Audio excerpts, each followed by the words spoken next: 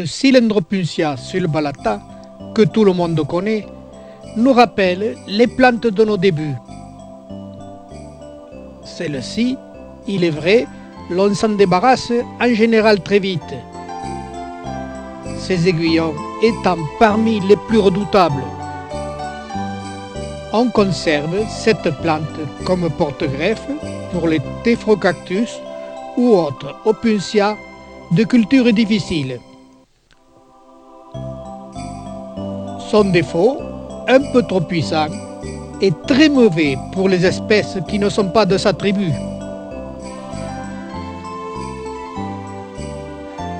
Il pratique le phénomène de rejet. Chez nous, cette plante ne fleurissant pas, on s'en débarrasse facilement. Admirons la fleur de Cylindropuntia. La fleur d'Opuntia.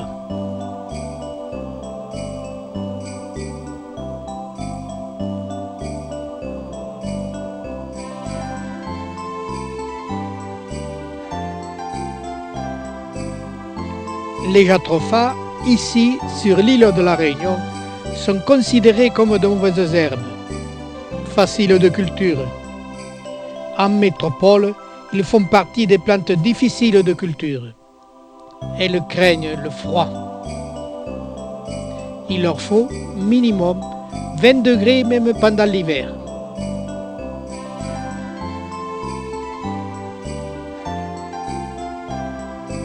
Difficile dans nos serres d'avoir de l'omatophyllum avec autant de fruits, simplement les faire fleurir. De la famille des Euphorbiacées, ce Pedilanthus titimaloides est une plante excessivement toxique. Très belle, à manipuler avec précaution.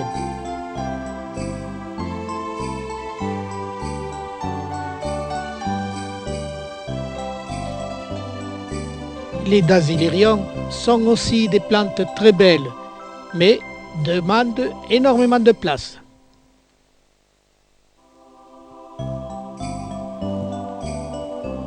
La même remarque avec cette Euphorbia Geroldi.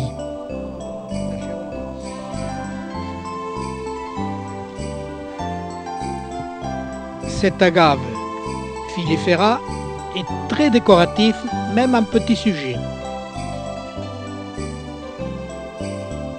Et pas question chez nous d'admirer les fleurs du pluméria qui s'hybrident très facilement, donnant des fleurs de différentes couleurs.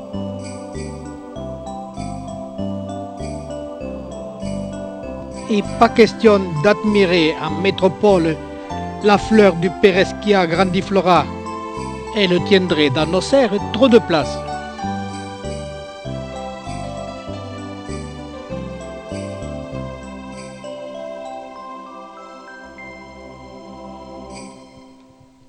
On peut, chez nous, admirer la fleur et les fruits du Jatropha podragica, qui fleurit dès l'âge de 3 ans, à condition de le tenir chaud.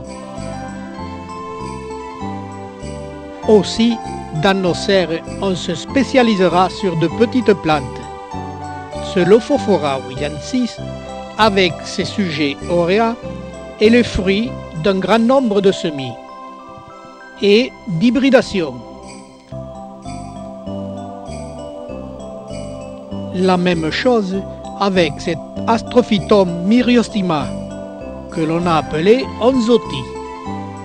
On sait que les astrophytums s'hybrident entre eux très facilement, ce qui donne un grand nombre de formes différentes, certaines étant très belles, très curieuses, très recherchées par les amateurs qui peuvent les cultiver sans craindre les foudres des protecteurs de la nature.